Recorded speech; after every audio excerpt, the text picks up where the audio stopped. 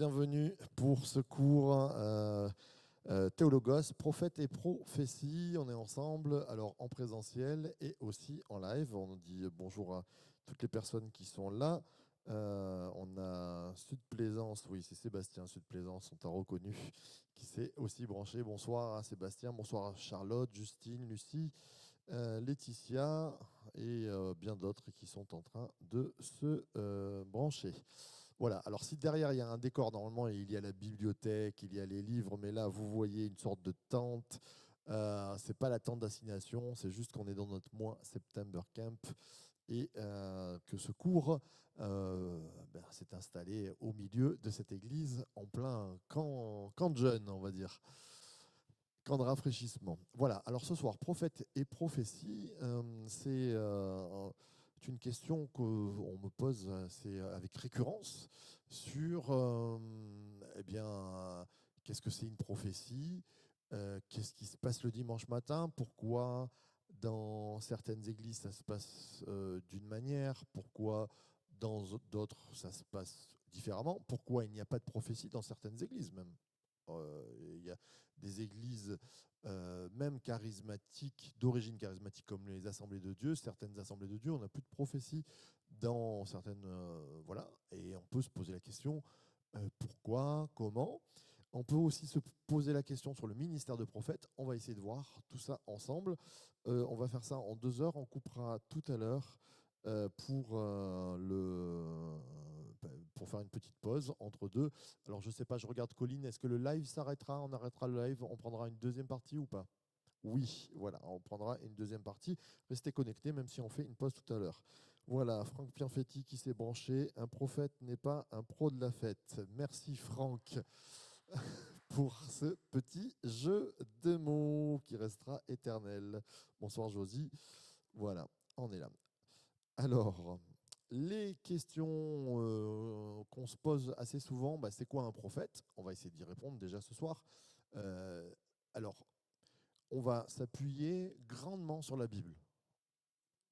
C'est quand même mieux, parce qu'on peut s'imaginer des choses. Mais je crois que l'Église, depuis 2000 ans aussi, s'est adaptée. C'est-à-dire que notre foi, notre façon de faire, notre, liturgie, s'adapte à la taille de l'Église. Si vous êtes une église de 20 personnes ou une église de 1000 personnes, eh bien vous gérez les prophéties différemment, c'est forcé. Comme vous gérez la prédication différemment dans un groupe de 20 où le pasteur ne va pas commencer à se lever et à dire « Lève la main, toi qui es touché par le Seigneur », j'en sais rien. Ils sont tous devant lui. C'est différent. Voilà, donc il y a forcément une part d'adaptation à la doctrine biblique. Et on va essayer de voir ça ensemble. Qui peut prophétiser?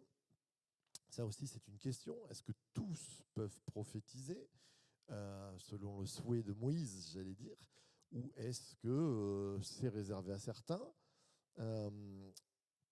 La différence entre prophète et prophétiser, ça c'est une grande question. Je parle aux pasteurs stagiaires et tous ceux qui sont en formation devant moi. Il y a une vraie question.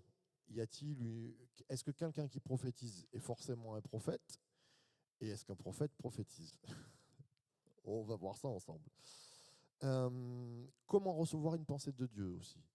C'est se dire, j'aspire aux dons les meilleurs, comme la parole nous dit, mais comment recevoir ces choses-là? Et puis, dans l'Église, dans la vie de tous les jours, comment on va pratiquer la prophétie et comment on peut être aussi peut-être prophète. Merci de ne pas claquer les portes.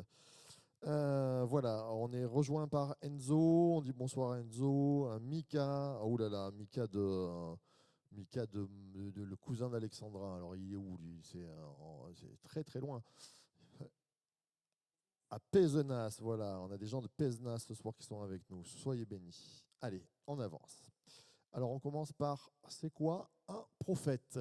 La grande question, qu'est-ce qu'un prophète? Alors, pour vous, c'est quoi un prophète? Allez, je pose la question à ceux qui sont là. Vous pouvez écrire aussi, je regarde vos réponses. Qu'est-ce qu'un prophète? Valérie, c'est quoi un prophète? Rapidement, en 2 mots. Une personne qui va annoncer quelque chose. qui va annoncer ou qui va dire quelque chose de la part de Dieu. Une autre définition peut-être? Oui, Timothée? Un intermédiaire humain entre le message de Dieu et les hommes, on va dire ça. D'accord. D'autres réponses? Alexandra, un prophète? Quelqu'un qui va annoncer la parole de Dieu. On va voir ça ensemble, parce que certains pourraient dire « Ah non, ça c'est un prédicateur ». Ah ben on va travailler ça ensemble. Je regarde toujours vos réponses, je ne sais pas si j'arrive à les avoir. Un canal par lequel Dieu nous parle. Charlotte nous dit oui, très, très, très bien aussi. Merci Charlotte. Merci, je lis vos réflexions en même temps. J'essaie de lire en même temps. Hein. Voilà. Alors le mot prophète, il est utilisé dans la Bible plus de 400 fois, même presque 500. Et je vous pose une petite colle. Qui est appelé le premier prophète? Le premier qui est appelé comme prophète. Allez, j'attends les réponses peut-être aussi sur le... Vous regardez pas sur les... Non, t'as pas le droit, Timothée. Il était déjà sur son petit PC. Alors, comme ça. Noé, prophète.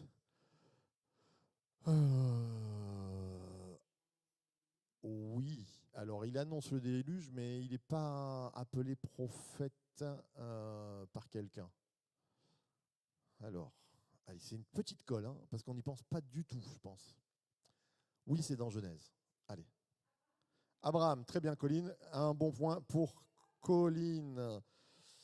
Vous savez que Abraham va faire une grosse bêtise à un moment donné. Il va le faire 2 fois. Quelle est la bêtise qu'il fait avec assez de récurrence pour Timothée? Il prête sa femme. Alors ça, c'est étrange hein, pour un homme de Dieu. C'est même assez dérangeant quand on regarde la vie d'Abraham, qui reste quand même un superbe exemple. Bien là, il y a des erreurs.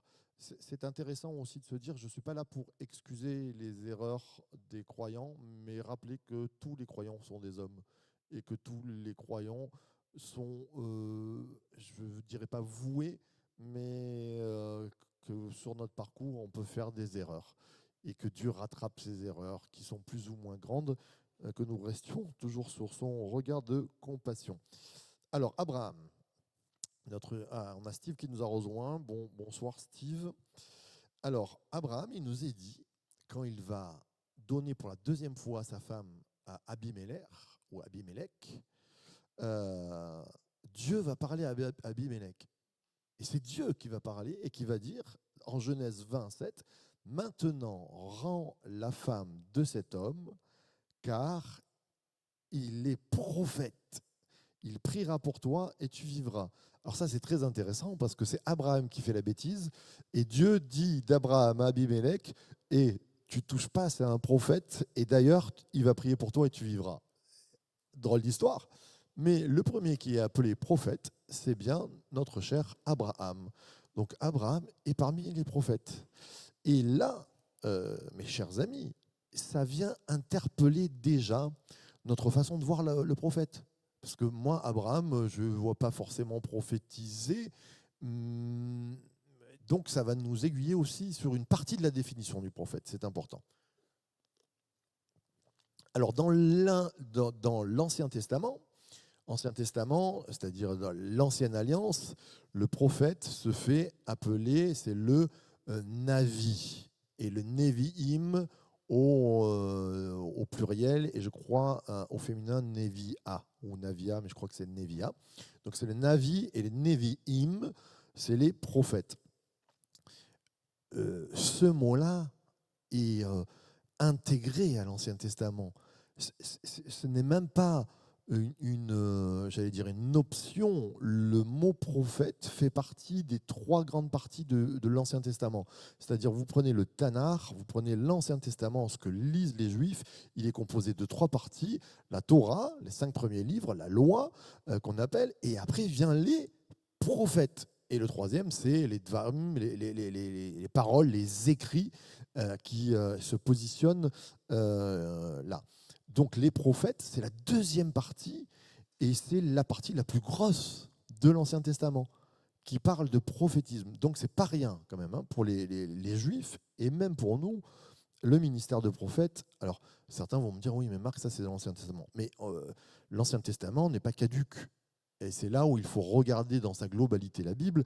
Bien sûr que ça a évolué avec le Nouveau Testament, mais on est obligé de regarder aussi parce que je pense que pour on va dire, les écrivains du Nouveau Testament, ils ont un regard du prophétisme de l'Ancien Testament qui les marque forcément. Donc quand ils disent que, par exemple, l'Église a été fondée sur le témoignage des apôtres et des prophètes, quels prophètes voient-ils? Alors, ce n'est pas forcément les prophètes de l'Ancien Testament, mais ils y voient, je pense, la fonction d'hommes qui sont dans l'Église, qui font office un peu de prophètes de l'Ancien Testament. Ce qu'on va voir. Vous me comprenez? Je ne vous ai pas perdu? Ça va? Voilà. Guillaume, bonsoir. On a Laurie aussi, Camara, qui nous regarde, notre ancien pasteur. Bien le bonjour, les Niçois. Alors, Exode au chapitre 7 va nous parler de celui qui arrive en deuxième comme prophète. Et c'est encore Dieu qui va désigner un prophète. Allez, sans regarder, dites-moi. Certains m'ont dit Moïse, mais non, c'est pas Moïse. Dans l'Exode, Dieu va donner un prophète comme aide à Moïse, à Aaron.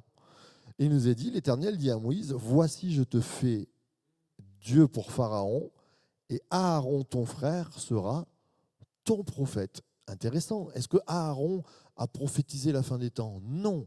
Qu'est-ce qu'a fait Aaron? On peut se poser la question. Comme Abraham. Abraham, qu'est-ce qu'il a fait? Si on pouvait dire les actions d'homme de Dieu en tant qu'Abraham, qu'est-ce qu'il a fait? Allez, on se pose la question. Il a obéi à Dieu. Ah, très bien. Il a prié pour une partie du peuple, de sa famille, on va dire, Lot et un peu plus, et même la ville, s'il y avait des saints, est-ce que tu sauves la ville ou pas, pour un peuple. Il a intercédé envers une partie du peuple. Très bien. Qu'est-ce qu'il a fait encore? Donc il a obéi à Dieu. Ça, c'est pas forcément... Si, le prophète, il obéit, mais je veux dire, tous les croyants obéissent normalement à Dieu. Intercéder, non, pas forcément. Et je trouve que le ministère d'intercession que notre cher Abraham va prendre, qui ressemble à l'intercession de Christ, est assez prophétique. Autre chose, Abraham.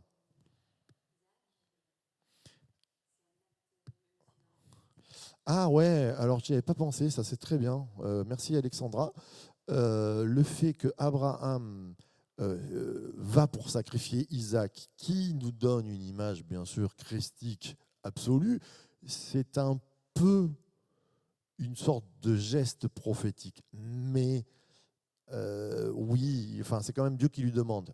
Mais Dieu demande des gestes prophétiques aussi clairs à certains prophètes. Donc oui, ça marche, je prends. Très très bien. Autre chose? Pardon, j'ai pas... Oui, donc il lui dit quitte. Oui, alors là on est dans l'obéissance. Il obéit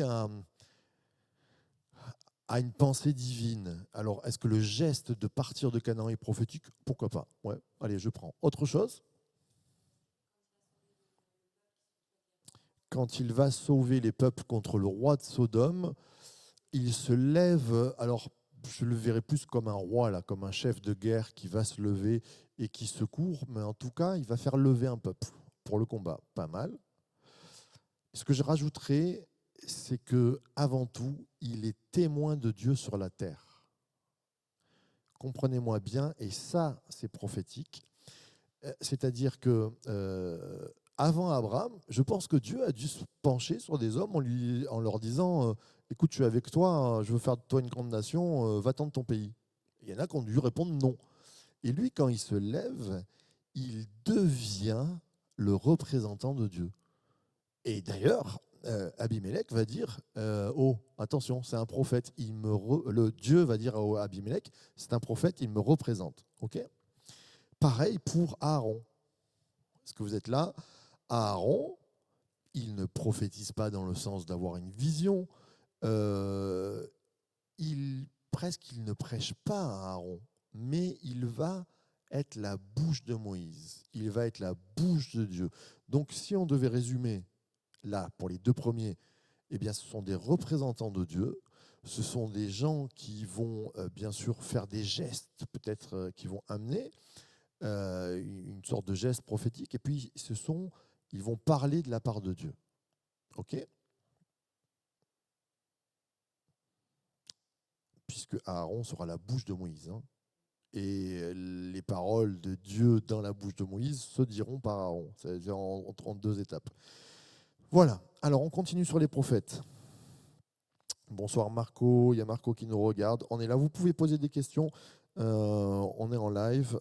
J'essaierai d'y répondre. Voilà. C'est quoi un prophète en continu dans l'Ancien Testament ? Moïse va parler sur en fait, va donner une sorte d'option. À un moment donné, il y a une sorte il y a des personnes qui se lèvent un peu spirituelles et il y a des critiques là-dessus. Et puis Moïse va dire, puisse tout le peuple, dans Nombre 11, 29, puisse tout le peuple de l'Éternel être composé de prophètes et veuille l'Éternel mettre son esprit sur eux. Moïse dit, mais si tout le peuple pouvait être prophète, est-ce que Moïse, c'est là où je vous arrête, est-ce que Moïse voit dans le peuple des gens qui tombent à l'envers, qui ont des visions, qui font des gestes prophétiques, qui disent waouh, à la fin des temps, tu t'imagines tout le peuple qui commence à dire ah oui, à la fin des temps, ah non, c'est à la fin des temps et demi. Je ne pense pas qu'il voit ça quand il dit j'aimerais que tout le peuple soit prophète. Je pense qu'il les voit comme Aaron et comme Abraham, c'est-à-dire le prophète qui représente Dieu sur la terre, le prophète qui a la parole de Dieu dans sa bouche. Et que tout le peuple soit prophète, il y a de ça. Alors,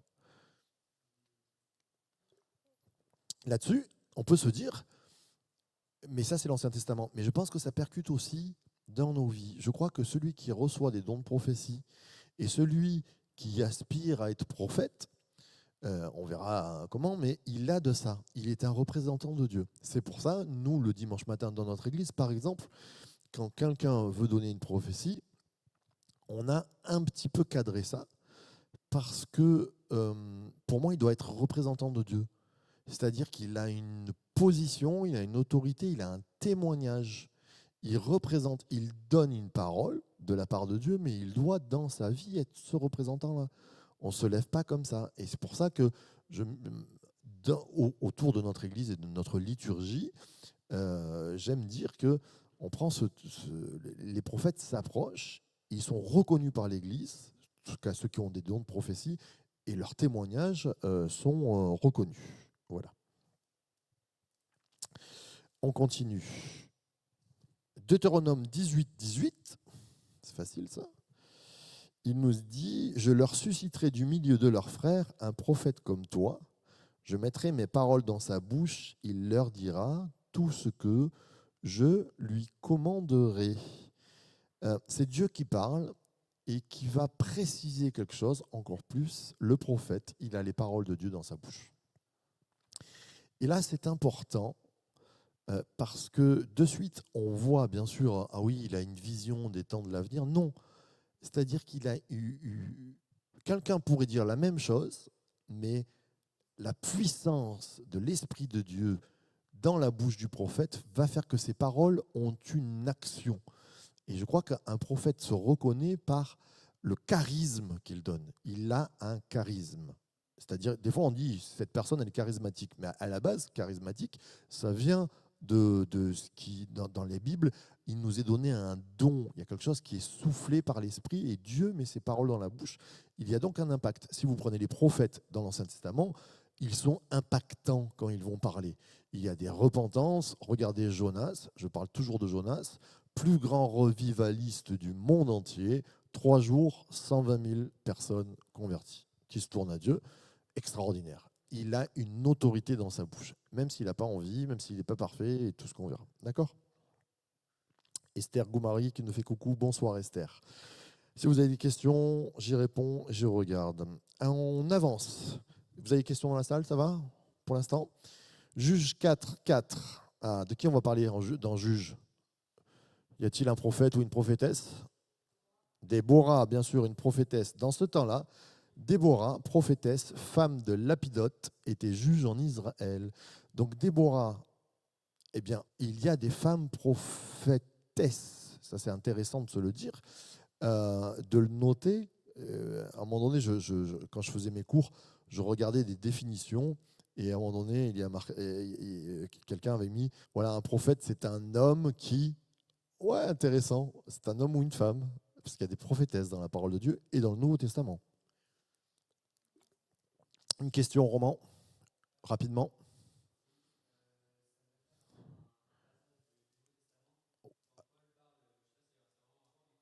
Alors, oui. Alors, là, on n'est pas sur le ministère féminin par rapport à la femme qui doit enseigner. Non, parce que sur la prophétie, là, on est vraiment sur la prophétie. On va parler du prophète et du prophétesse.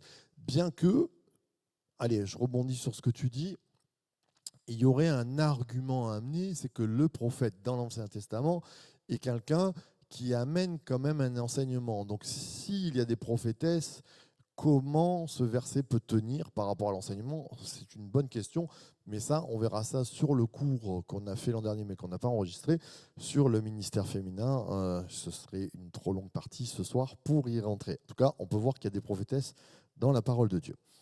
1 Samuel 19, 20. 1 Samuel 19, 20, ils virent une assemblée de prophètes qui prophétisaient, ayant Samuel à leur tête. L'Esprit de Dieu saisit les envoyés de Saül, et ils se mirent aussi à prophétiser eux-mêmes. Alors là, c'est un passage dans la Bible où les érudits théologiques, pour moi, c'est croustillant et en même temps un petit peu complexe. Donc, on remet le Samuel qui pourrait être considéré comme le dernier des juges, comme quelqu'un qui s'occupe, qui est prêtre, il a un peu tout, et il est parmi les prophètes. Ils virent une assemblée de prophètes qui prophétisaient ayant Samuel à leur tête. Donc Samuel, il est total, hein, juge, prophète, prêtre, il n'est pas roi, mais il a quelque chose de messianique. Et c'est de là qu'est sorti le verset, puisque les hommes de Saül vont prophétiser, et même Saül. Et il est dit dans la parole de Dieu, Saül était-il parmi les prophètes? Attends. Et donc, là, dans ce questionnement-là, on est en train de voir qu'est-ce qu'ils font, ces gens-là.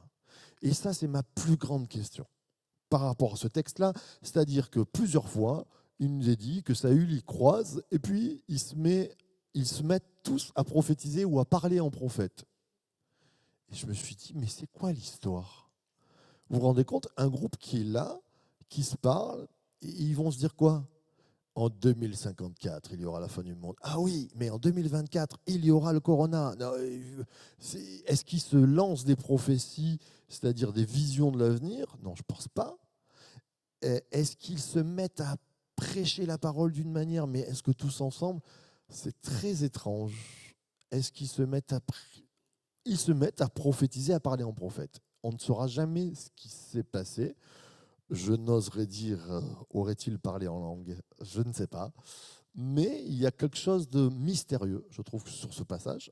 Bon, tout ça pour vous dire qu'il y avait dans l'ancien temps des écoles de prophètes, c'est-à-dire des regroupements de personnes qui se formaient à devenir être prophètes dans l'Ancien Testament. Il y avait à leur tête des grands comme Samuel, des prophètes, et les gens étaient influencés, touchés par la présence de Dieu, et ils se mettaient à prophétiser. Ils se mettaient à parler en prophète. On remet ça dans le Nouveau Testament. C'est très intéressant de se dire que dans des regroupements ministériels, où peut-être qu'il y a des pasteurs, des personnes qu'on pourrait considérer comme prophètes ou évangélistes qui se rassemblent, eh bien, les personnes qui sont autour d'eux pourraient-ils être touchées? Mais on voit dans le Nouveau Testament ces moments où tout le monde est embrasé par le Saint-Esprit. Alors, il y a les charismes comme parler en langue, mais je pense que dans l'Église, il y a un peu de ça aussi. C'est-à-dire que le rassemblement de chrétiens, le rassemblement d'hommes et de femmes de Dieu fait que ça se propage. L'esprit prophétique semble se propager, c'est intéressant. Alors là, on est sur des mystères hein, quand même. Hein. Voilà, il y en a d'autres qui se branchent. Bonsoir à Floriane. En avance. Ça va, des questions? Oui. On va parler, comme je l'ai expliqué au début, on va parler de l'Ancien Testament et après on va parler du Nouveau Testament. D'accord? Voilà. On continue un petit peu. 1 Roi 13-18. Moi aussi, je suis un prophète comme toi. Et un ange m'a parlé de la parole de l'Éternel et m'a dit, ramène-le avec toi dans ta maison, qu'il mange du pain et boive de l'eau.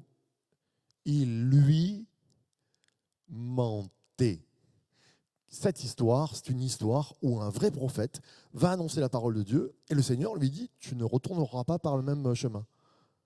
Et un ancien prophète, enfin quelqu'un qui se dit comme ça, va le voir et lui dit, moi aussi je suis prophète, mais Dieu m'a dit, viens chez moi et tu repars par le bon chemin. Et qui gagne? Eh bien, le faux prophète. Le faux prophète, et c'est terrible parce que je crois en partant, il lui dit, bah, il aurait dû, tu n'aurais pas dû faire ça. Et il se fait tuer par le lion. Et dans l'Ancien Testament, il y avait des faux prophètes. Dans le Nouveau Testament, il y a des faux prophètes. Au XXIe siècle, il y a des faux prophètes. Quelle est la première, comment peut-on reconnaître un faux prophète? Allez, Roman, rapidement, parce que les gens nous écoutent en live. Hein.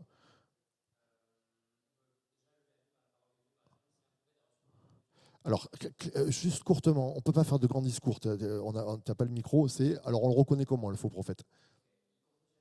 Il contredit la parole de Dieu, très bien, c'est-à-dire il va à l'encontre de la parole de Dieu, très bien, Roman. Oui. C'est pareil aussi, Alexandra, c'est ce que tu voulais dire. Et elle voulait dire la même chose. Le deuxième, oui, Valérie? Rapide, parce que, eh oui. Alors, quand ça fait peur, est-ce que ça, c'est de Dieu? Ah, ça, c'est intéressant. Alors, qu'est-ce que je peux dire? L'émotionnel, quelquefois, peut être subjectif. Dans le bon, ça peut nous faire pencher sur le... Mais il y a des choses quand même dans la parole de Dieu où c'est quand même un petit peu, des fois, un petit peu effrayant. Je me dis, quelle est l'objectivité là? Je ne crois pas que... Paul, après on parlera de ça, hein, dans le Nouveau Testament, on dit que tout se fasse dans l'ordre. Et je crois qu'il y a quelque chose qui doit se faire dans l'ordre. Et même lui, il va dire, s'il y a des gens, vous parlez tous en langue, des gens rentrent, ils vont vous prendre pour des fous. Donc, il y a une sagesse à avoir. Mais en même temps, dans la prophétie, quelquefois, c'est imagé. Je ne dirais pas que ce sont des choses folles, mais il y a des prophéties comme quand il lui met une ceinture et qu'il lui dit ah, on te traînera par là-bas et tout ça. Tiens, voilà, il y a un geste qui est donné. Je comprends ce que tu veux dire. On a eu dans le monde charismatique des mouvements prophétiques qui ont fait n'importe quoi et qui ont fait que ça casse même, pour moi, l'esprit prophétique, ça casse même l'envie d'avoir du prophétisme au milieu de nous. Moi, je dis, il faut revenir à ce qui est biblique, il faut revenir à une vérité, mais ce n'est pas évident d'être objectif selon ce qu'on a vécu, nos attentes. Alexandra. Exactement. En fait, la parole de Dieu nous dit que tu reconnaîtras un prophète par rapport aux fruits de ce qu'il a annoncé. S'il te dit tu vas être guéri, c'est dur à dire. Hein. J'ai vu des personnes annoncer des enfants se disant prophètes en disant vous allez avoir un enfant et le couple n'a pas eu d'enfant et après dire ah non mais c'est à cause d'eux ils n'ont pas eu la foi.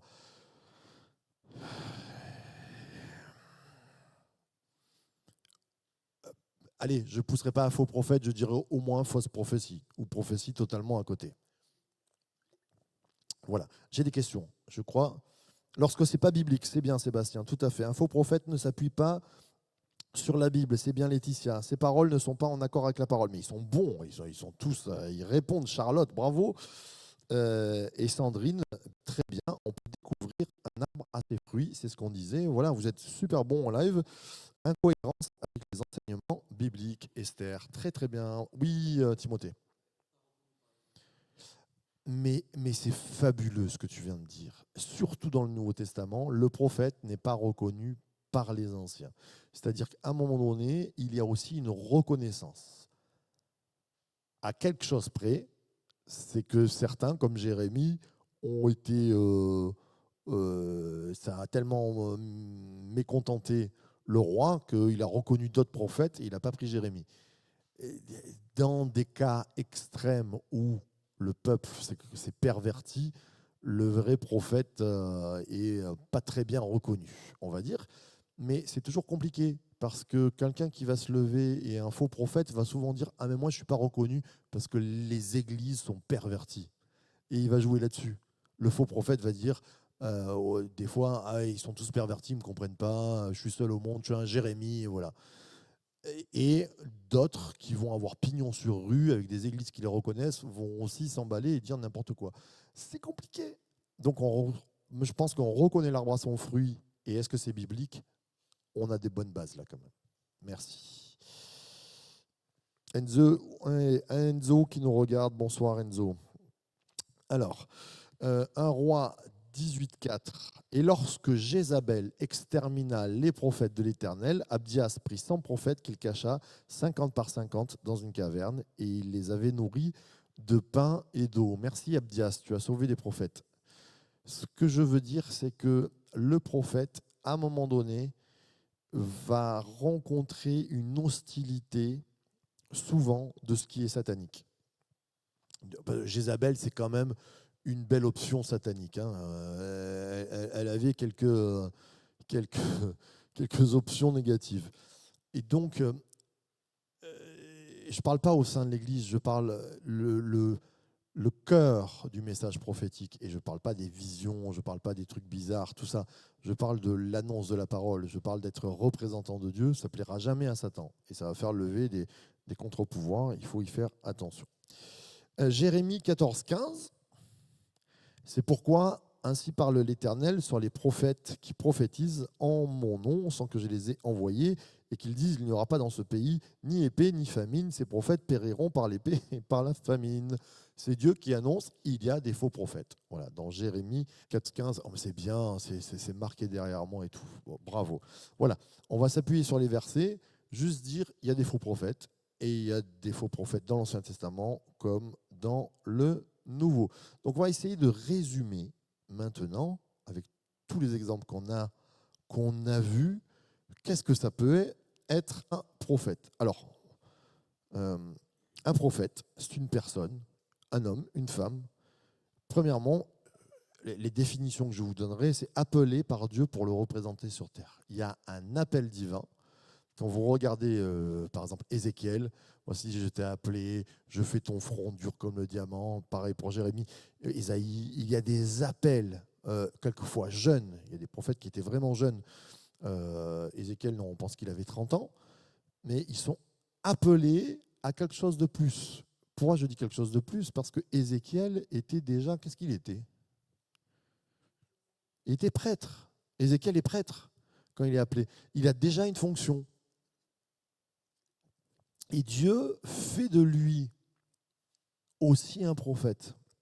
Ça, c'est intéressant. Dans l'Ancien Testament, il y a un mélange quelquefois de genres, c'est-à-dire de personnes qui sont déjà prêtres et qui vont avoir une capacité. Et je crois que les ministères évoluent. Il peut y avoir des grands hommes de Dieu qui sont des évangélistes. Vous prenez par exemple, donnez-moi dans le XXe siècle, allez, je pose la question, je regarde aussi le petit écran, un prophète qui fut évangéliste avant d'être prophète. Bravo David Wilkerson, Alexandra, elle aura son bon point, c'est très bien. David Wilkerson, il commence la croix et le poignard, il n'est pas prophète dans ce qu'il est. Pourtant, après, dans les années 70, il va amener des visions. Alors, tout n'est pas... Enfin, c'est pas la Bible. Hein. Quand vous lisez une prophétie de Wilkerson, c'est pas la Bible. Mais il y a des choses qui sont impactantes quand même, très fortes. Et en même temps, il va devenir...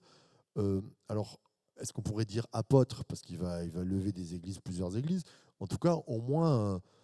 pasteur, évêque de son église, quoi. Il va diriger son église. Donc il a au moins 3 ministères, si ce n'est 4. Je ne l'ai pas entendu enseigner, était-il docteur, je ne sais pas, mais il a regroupé, mais il a été prophète à un moment donné. Donc, ce qui veut dire que le prophète peut se cumuler à un ministère. On l'a vu dans nos générations, on le voit dans l'Ancien Testament. Ça va pour ça? Romain, oui.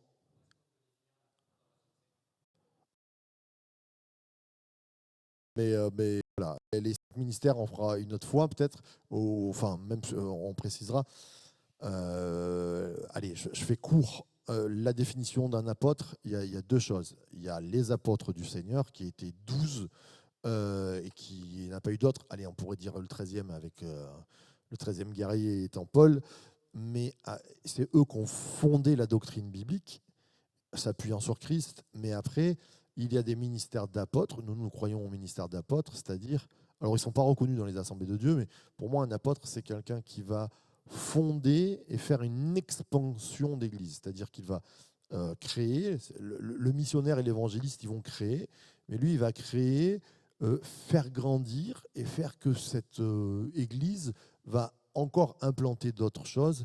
Donc ça va gérer voilà, c'est un constructeur qui mène à plusieurs choses et qui va mener à bien plusieurs missions, si je pourrais dire, même si apostolein, c'est envoyer. Le terme, c'est envoyer. Voilà. Mais alors aujourd'hui, selon les familles chrétiennes, on a peu d'apôtres dans le sens nominatif, dans les grandes familles chrétiennes. Vous prenez chez les catholiques, vous allez avoir le prêtre, vous allez avoir l'évêque, qui auront des positions, mais vous n'allez pas avoir d'apôtres. Vous prenez chez les protestants, vous allez avoir le pasteur. Chez les évangéliques, vous allez avoir, par exemple, les assemblées de Dieu, le pasteur aussi. Dans certains groupes, vous allez avoir plusieurs ministères, et certains vont se dire apôtres. Alors, oui. Tant que ce n'est pas nous qui nous disons apôtres, c'est d'autres. Je crois que c'est les fruits qui doivent. Allez, on arrête sur apôtre, sinon je vais partir. Roman, tu n'as plus le droit de questions comme ça. Bonsoir Carole, bonsoir Zabulon, c'est Claudine, voilà, qui nous regarde. Alors, un prophète est une personne appelée par Dieu à représenter Dieu sur terre. Il accomplit les desseins de Dieu. Il n'est pas que appelé, il les accomplit.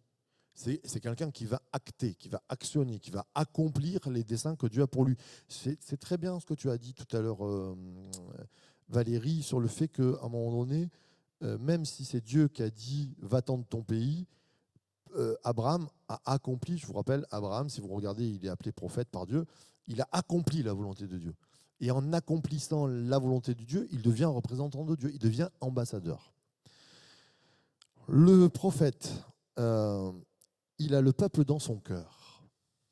Ça, c'est important. Il n'y a pas de prophète haineux qui soit tout seul et qui n'attire pas ou qui ne prêche pas au peuple, quoi. Le prophète, son ministère, il est pour le peuple. D'ailleurs, tous les ministères, même dans l'Ancien Testament, sont pour le peuple. Et là, c'est la dérive qu'on a pu avoir dans nos 2000 ans d'histoire, c'est qu'il y a des prophètes qui se sont pris pour des stars du rock'n'roll, c'est la gloire à eux et c'est pas la bénédiction pour le peuple. C'est là aussi où on reconnaît un prophète. Moi, je crois qu'un prophète, il est là pour bénir le peuple. On le verra tout à l'heure. La prophétie, elle l'encourage, elle exhorte, elle construit, elle console. Elle est là pour venir bénir le peuple. Si c'est pas bénissant pour le peuple, c'est qu'il y a un vrai problème. D'accord? Ça va?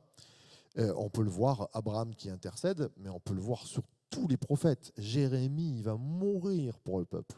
Jérémie, c'est magnifique. Alors, on pourrait dire Élie. Élie se bat pour que le peuple, il y ait une sanctification qui vienne. Il aime le peuple. Voilà, Jocelyne nous dit Amen, il aime le peuple. Et oui, qui a le peuple dans son cœur. Le prophète, c'est une personne aussi qui a souvent, je dis bien souvent, un discours fort. Il a la parole de Dieu dans sa bouche, il a un discours impactant. Là, je parle de l'Ancien Testament, mais on verra que dans le Nouveau Testament, ça marche aussi. Il est impactant, il a quelque chose de plus. C'est-à-dire le roi, il peut dire, mais celui qu'on envoie pour parler, celui que Dieu envoie, vous prenez dans les juges, par exemple, des fois, il y a des crises majeures, il y a un prophète qui arrive. On ne sait pas d'où il sort, pom, et il va parler. David va pécher, pom, Nathan sort, bam, parole impactante. Dans tous les réveils, Jonas va se lever, bam, il va avoir une parole impactante. Il faut qu'il y ait une parole pour que 120 000 personnes se convertissent. Hein. C'est change de choses. Voilà. Alors Charlotte me dit, il y a ceux qui servent du prophétique pour régler leur compte. Tout à fait, c'est pas bien, c'est péché. Et ben voilà, on en reparlera tout à l'heure. J'espère que je m'en souviendrai, mais c'est vrai. Allez, je fais mon aparté. C'est une honte et un scandale que de servir de la prédication pour régler ses comptes, encore plus quand c'est du prophétisme. Parce que le prédicateur, je suis un prédicateur, il peut avoir tellement été pincé qu'il y a quelque chose qui ressort un peu dans sa prédication. On se dit, bon, mais quand tu donnes une parole prophétique, normalement, elle vient du Saint-Esprit. Donc les gens qui t'écoutent se disent, waouh, ça vient du Saint-Esprit. Donc régler les comptes personnels en mettant des pensées vraiment personnelles pour se venger, c'est très très grave.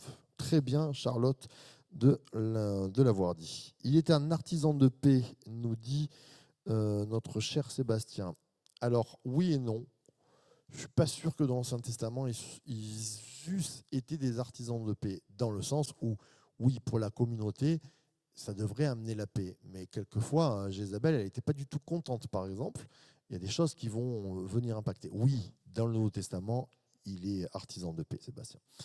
Alors, je continue. C'est une personne avec un discours fort. C'est une personne qui est accompagnée assez souvent de miracles. Pas tous. Vous preniez Amos, Siméon, pas Siméon, Sophonie, vous ne voyez pas de miracle. Mais il y a quand même même dans l'Ancien Testament, surtout dans l'Ancien Testament, des prophètes qui sont impactants. Donnez-moi des prophètes qui sont accompagnés de miracles. Élie, Élisée.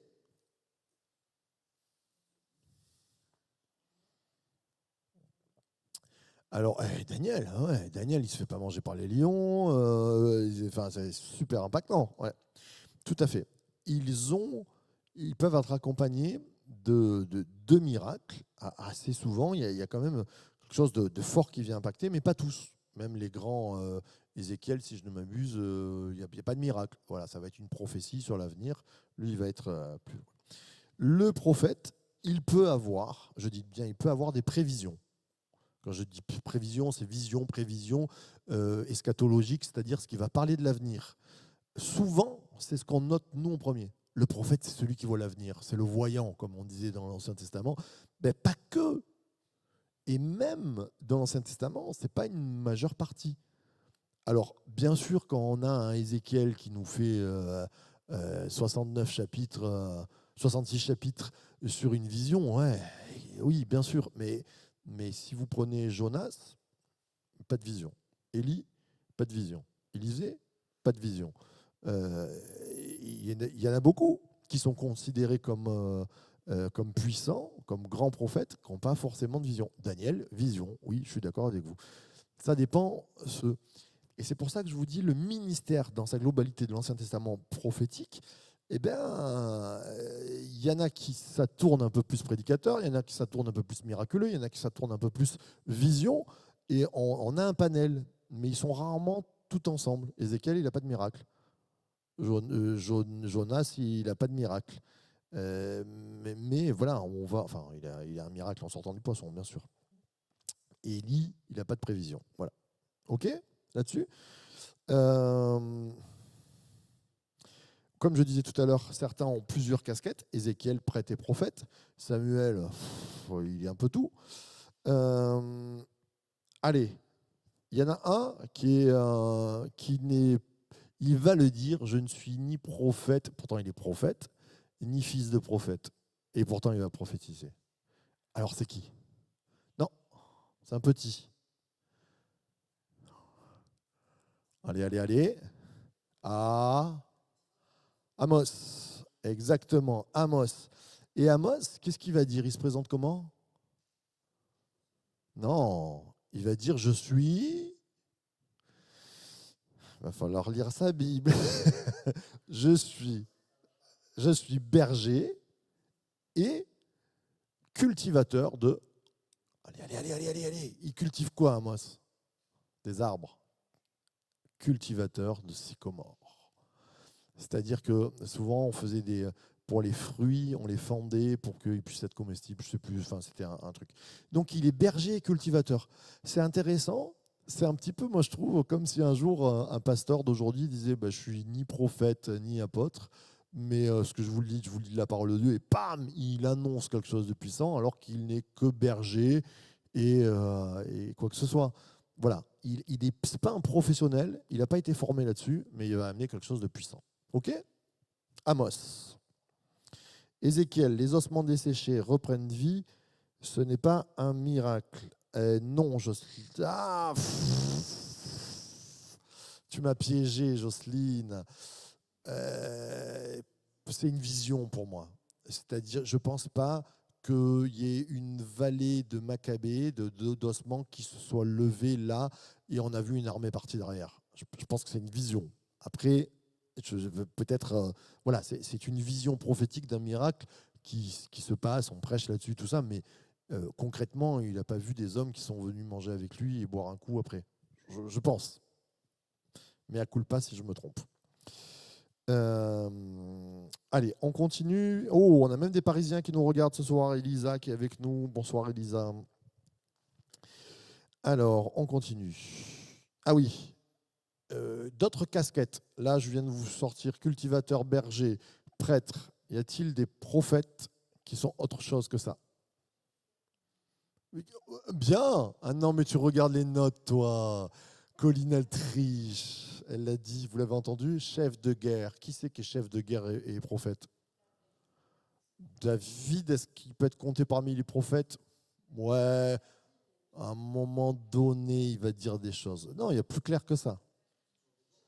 Déborah, c'est elle qui lève une armée. Et Déborah, elle n'est pas que chef de guerre, elle est quoi? Elle est juge, et plus que ça, mère en Israël, et plus que ça. Oui, allez, qu'est-ce qu'elle fait, Déborah? C'est quoi les actions de Déborah? Il y a pas que de la poésie, elle fait des cantiques, elle chante, elle va faire le cantique de Déborah. C'est Darlene Zech, voilà, c'est Alexandra, ça s'enflamme de tous les côtés, ça porte la parole, ça prophétise, ça chante, c'est magnifique, c'est merveilleux. Gloire à Dieu. C'est ça aussi. Là où je veux vous arrêter, mes frères et sœurs, c'est qu'on ne peut pas se cloisonner. Dieu ne se cloisonne pas. Ne commençons pas à cloisonner en disant un prophète c'est exactement ça. Le ministère c'est ça. Un chrétien c'est ça. Il y a des bases communes, mais attention. Et dans l'Ancien Testament, on nous en parle. Le caractère, je regarde l'heure, ça va. Le caractère. Et j'ai lu des études, j'ai lu des livres sur le prophétisme pour préparer ce cours. Et où les gars, ils sont bons, j'adore. Il a un cœur de serviteur.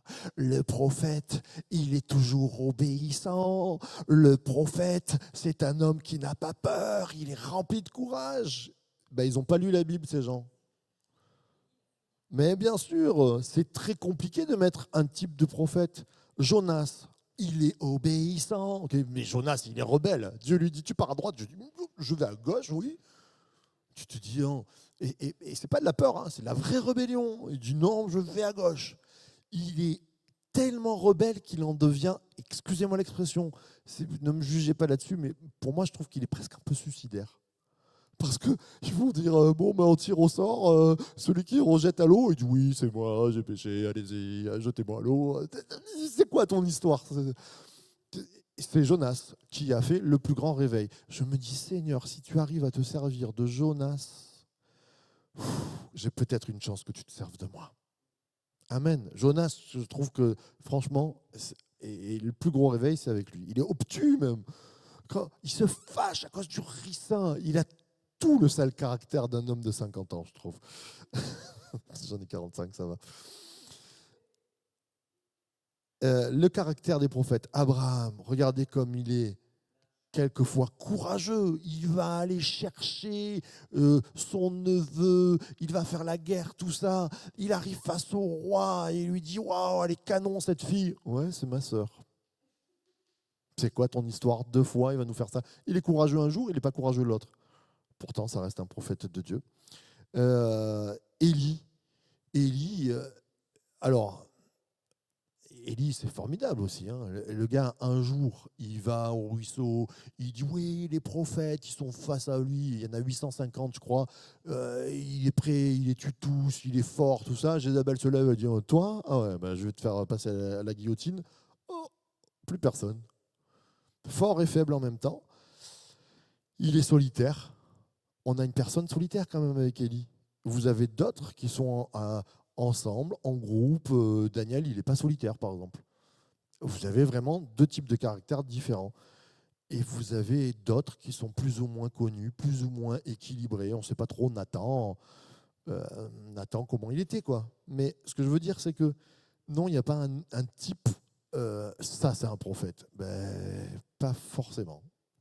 Et dans la Bible, ça nous apprend que quand Dieu touche nos vies, et là je reviens à nos vies, quelquefois il peut faire des choses surprenantes avec son esprit prophétique pour qu'il y ait un message de la part de Dieu qui vienne impacter les vies.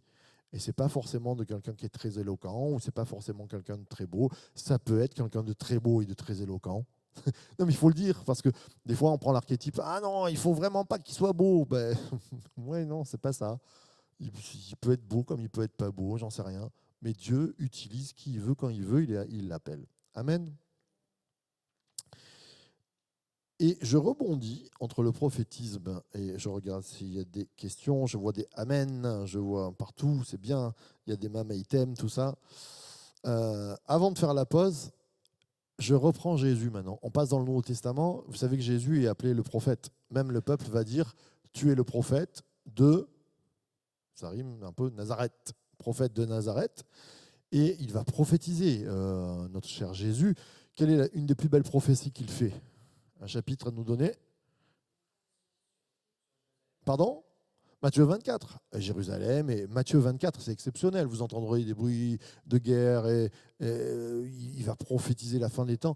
Il a vraiment une pensée prophétique, mais pas que. Voilà, vous voyez, je tombe dans les ornières que je dénonce.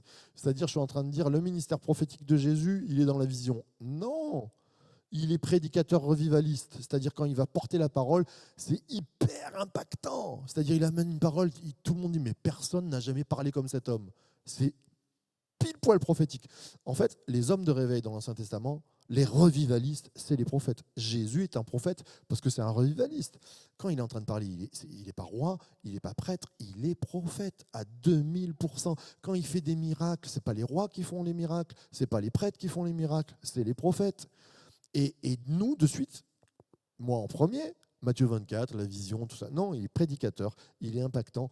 Je suis venu accomplir les affaires de mon Père. Il est représentant de Dieu sur terre. Voilà, ok, ça met. Alors, je prends toutes les petites particularités que j'ai mis sur le caractère de prophète avant de faire la pause. Alors, notre cher Jésus, il accomplit le dessein de Dieu, c'est ce que je vous disais, je suis venu faire les affaires de mon Père. Il a le peuple. Est-ce qu'il a le peuple dans son cœur comme un prophète? Mais à fond, il va mourir pour le peuple, Jésus. Il est prophète. Il a souvent un discours fort, j'en ai parlé, il est très impactant, il est accompagné de miracles et il est accompagné de visions et de prévisions. Jésus est un prophète. Et Jésus est un prophète du Nouveau Testament. Il est le lien entre l'Ancien Testament et le Nouveau Testament. C'est pour ça que je vous dis, le ministère de prophète, on ne peut pas le scinder en disant ah ben dans l'Ancien Testament, c'est tout à fait différent. Non, je ne crois pas. Parce que Jésus est un prophète style Ancien Testament et il va venir nous impacter dans le Nouveau Testament. Alors, on va faire une petite pause. Est-ce que, Colline, pour nos chers auditeurs qui sont là, est-ce que tu laisses cette vidéo-là ou tu en fais une deuxième, tu coupes et tu relances? Alors voilà, Colline va couper. On fait une pause de 3-4 minutes. Vous pouvez regarder si les enfants ne sont pas en train de faire brûler la maison. Vous pouvez prendre un verre d'eau, vous pouvez prendre une barre de céréales pour, voilà. Et on fait une petite pause. On revient dans exactement... allez, on dit dans 4 minutes. Allez, dans 4 minutes, on relance.